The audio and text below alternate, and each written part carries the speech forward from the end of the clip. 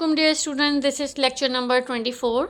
Last lecture में हम लोगों ने लेक्चर नंबर 23 में हमने फ्रैक्शन का टॉपिक कंप्लीट कर लिया था और उसके बाद अब हम आज स्टार्ट करेंगे हमारा लास्ट टॉपिक है जो कि है momentum.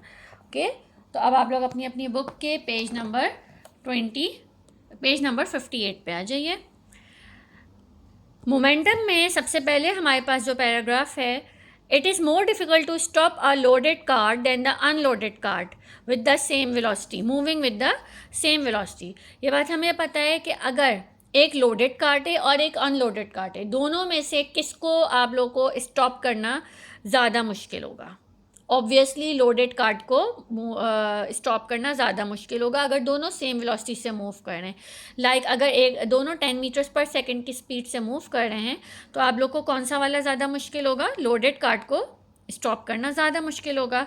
Similarly we require a large force to accelerate stationary loaded cart than a stationary unloaded one to the same velocity.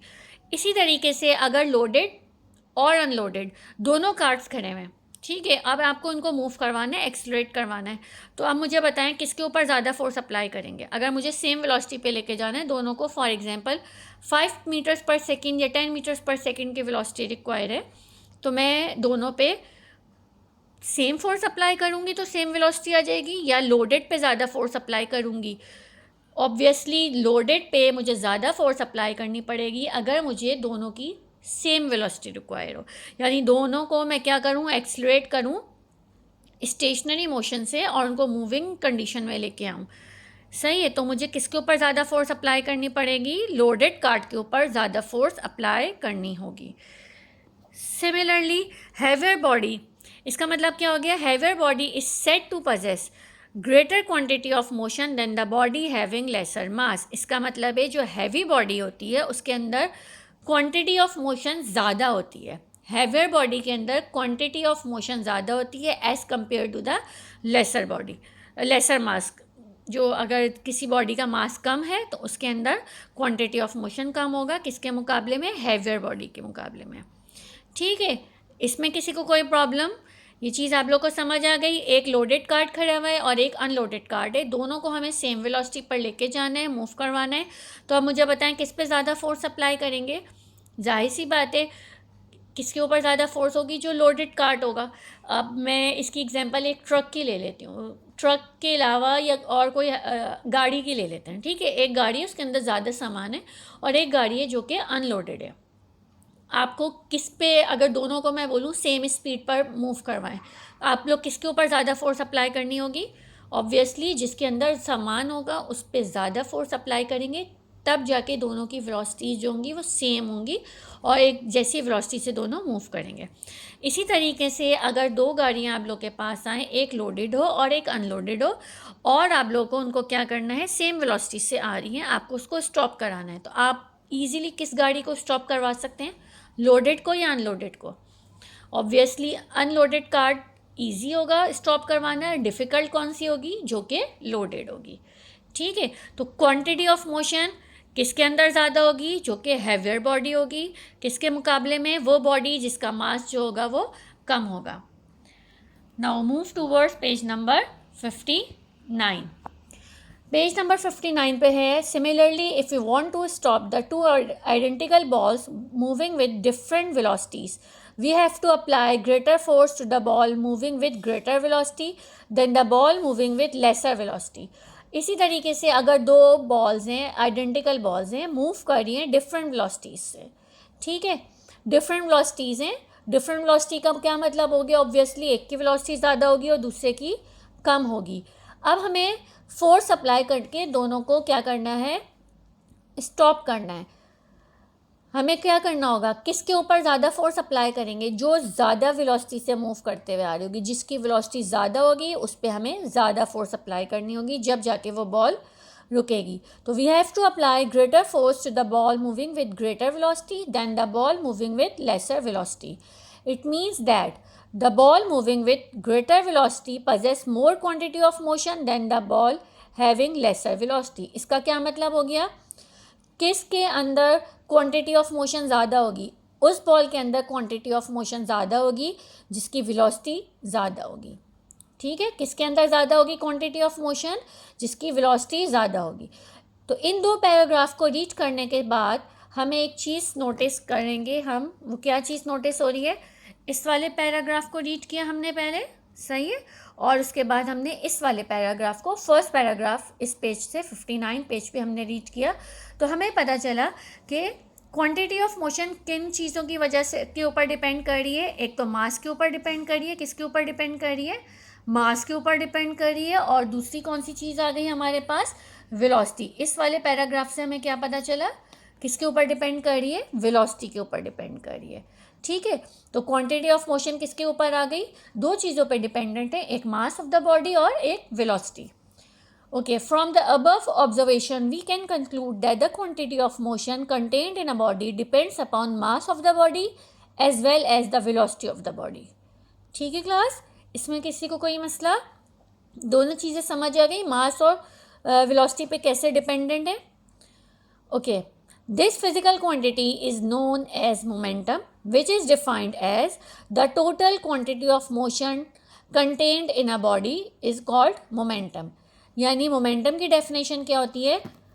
Quantity of motion किसी भी बॉडी के अंदर, टोटल क्वांटिटी ऑफ मोशन किसी भी बॉडी के अंदर जो हमारे पास होती है उसको हम क्या बोलते हैं? मोमेंटम बोलते हैं। और मोमेंटम अगर मैं बोलूँ तो आप लोगों को खुद पता चल जाएगा, मोमेंटम यानी क्वांटिटी ऑफ मोशन किन दो चीज़ों पर डिपेंडेंट है? मास पर और वेलोसिटी पर। Mathematically momentum can be defined as the product of mass and velocity. If m is the mass of a body moving with velocity v, then its momentum is given by, अगर हमारे पास mass of the body किससे represent करेंगे? Obviously m से करते हैं, और velocity किससे represent करते हैं? v से करते हैं। तो अगर मैं आप लोग को बोलूँ इसका मोमेंटम फाइंड आउट करें तो मोमेंटम क्या होगा? दोनों की प्रोडक्ट जो है वो हमारे पास क्या हो जाता है? मोमेंटम हो जाता है। यानी m और v को मल्टीप्लाई कर लें। ठीक है, अच्छा, अब हमें क्या करना है? मोमेंटम जो है वो एक वेक्टर क्वांटिटी है। Momentum is a vector quantity. अब ये आपको कैसे पता चल रहा है कि मोमेंटम वेक्टर क्वांटिटी है? अब ज़रा इसमें देख लेते हैं। मास बताइए वेक्टर क्वांटिटी है? मास वेक्टर क्वांटिटी नहीं है। वेलोसिटी वेक्टर क्वांटिटी है? यस, वेलोसिटी क्या है? वेक्टर क्वांटिटी है। और मास क्या है हमारे पास? वेक्टर क्वांटिटी नहीं है। मास क्या है? स्केलर है। ठीक है, वेलोसिटी की वजह से हमारे पास मोमेंटम भी क्या हो जाएगा? वेक्टर क्वांटिटी हो जाएगा।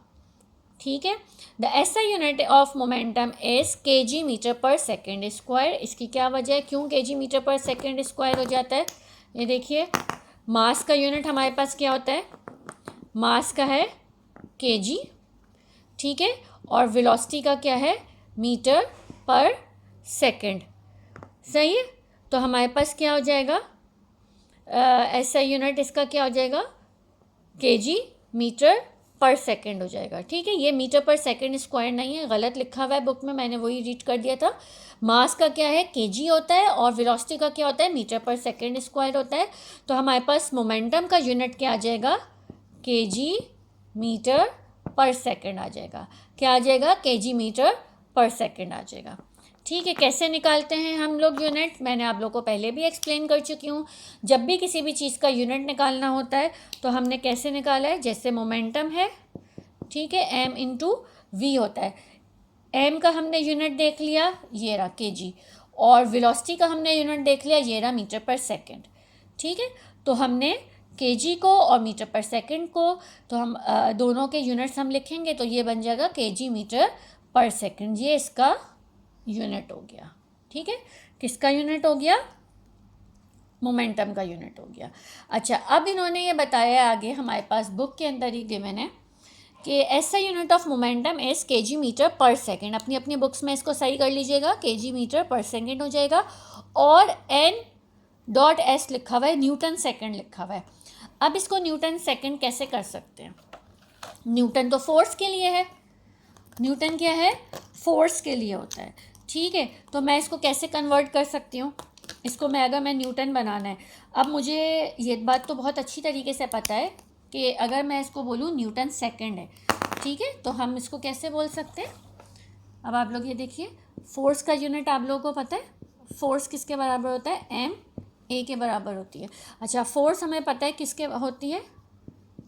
न्यूटन होता है। क्या होता है फोर्स का? न्यूटन होता है। ठीक है, अगर मुझे इसको न्यूटन सेकंड बनाना है, न्यूटन किसके बराबर होता है? न्यूटन होता है केजी मीटर पर सेकंड स्क्वायर। न्यूटन किसके बराबर होता है? केजी मीटर पर सेकंड स्क्वायर, इसी के बराबर होता है न्यूटन। इसमें किसी को कोई मसला? न्यूटन किसके बराबर हो गया? केजी मीटर पर सेकंड स्क्वायर के बराबर है। और यहाँ पे मेरे पास जो लिखा हुआ है वो तो केजी मीटर पर सेकंड आ रहा है, सही है। यानी एक स्क्वायर डिनोमिनेटर, वो एक एस यानी सेकंड डिनोमिनेटर में क्या है? कम है। एक एस डिनोमिनेटर में कम है। तो अगर मुझे यही वाला एक एस डिनोमिनेटर में लेके आना है तो मैं इसको कैसे लिख सकती हूँ? क्या करूँगी मैं? मल्टीप्लाई एंड डिवाइड करना होगा। केजी मीटर पर सेकंड, यहाँ पे भी एस से मल्टीप्लाई और नीचे भी डिनोमिनेटर में भी एस।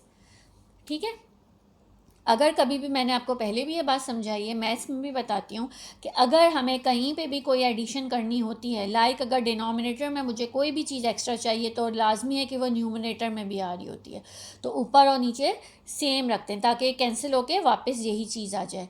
ठीक है, तो जब मुझे नीचे एस स्क्वायर चाहिए तो ऑब्वियसली यहाँ पर भी एस से मल्टीप्लाई हो रहा है। अब ये मेरे पास क्या हो जाएगा? केजी मीटर पर सेकंड स्क्वायर, ये एस स्क्वायर हो गया और इसके साथ एस। अब ये क्या है? केजी मीटर पर सेकंड स्क्वायर किसके बराबर है? एन के बराबर है, यानी न्यूटन के बराबर है। तो न्यूटन डॉट सेकंड बन गया, यानी न्यूटन सेकंड हो गया। ठीक है क्लास, ये मैंने आपको पूरा एक्सप्लेन कर दिया है कि यूनिट हमारे पास किस तरह से ड्राइव हो रहा है, न्यूटन सेकंड कैसे बन रहा है। क्योंकि केजी मीटर पर सेकंड तो आप लोग को बहुत इजीली पता चल गया, एम इंटू वी के वजह से हो गया एम, और ये वी की वैल्यू पता थी आपको, वो यूनिट्स इनकी पता थे कि क्या होते हैं, तो आपने आराम से मोमेंटम का यूनिट निकाल लिया। लेकिन हमारे पास अगर मैं बोलूँ कि केजी मीटर पर सेकंड भी इसका यूनिट है और दूसरा न्यूटन सेकंड है, तो न्यूटन सेकंड मैंने बता दिया कि ऐसे ये ड्राइव होके आ रहा है। ओके क्लास, इसमें किसी को कोई मसला? ये चीज़ समझ आ गई आप लोग के? ओके, तो आज के लेक्चर में सिर्फ मैं आप लोग को मोमेंटम मैंने अभी पढ़ा दिया है, इसको मैं नेक्स्ट लेक्चर में कंटिन्यू करूँगी इंशाल्लाह। तो law of conservation of momentum है हमारे पास, सही है। तो जितना भी मैंने आप लोग को पढ़ाया है इसके अंदर से हमारे पास सिर्फ डेफिनेशन आ जाएगी मोमेंटम की। आप लोग इसको डेफिनेशन को मार्क करें, उसको लिखें, इसकी मैथमेटिकल एक्सप्रेशन लिखिएगा और इसका यूनिट लिखेंगे। ठीक है, तो ये आप लोगों का होमवर्क होगा। क्या क्या करना है? डेफिनेशन लिखनी है, फार्मूला लिखना है और इसके मैथमेटिकल एक्सप्रेशन फार्मूला ही होगी और इसका यूनिट लिखना होगा। ठीक है, law of conservation of momentum हम आगे कंटिन्यू कर लेंगे नेक्स्ट क्लास में, नेक्स्ट लेक्चर में इंशाल्लाह। और होपफुली आप लोगों को समझ आ गया होगा, ईजी सा है।